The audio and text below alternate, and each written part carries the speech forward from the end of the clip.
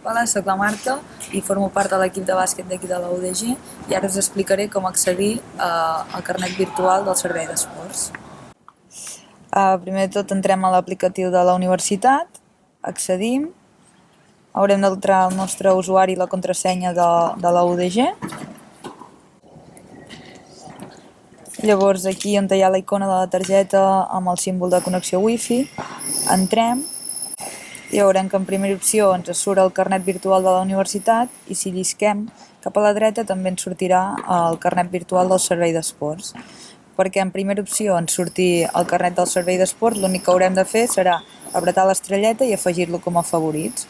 Llavors cada vegada que entrem a l'aplicatiu, la primera targeta que ens sortirà és la del servei d'esports.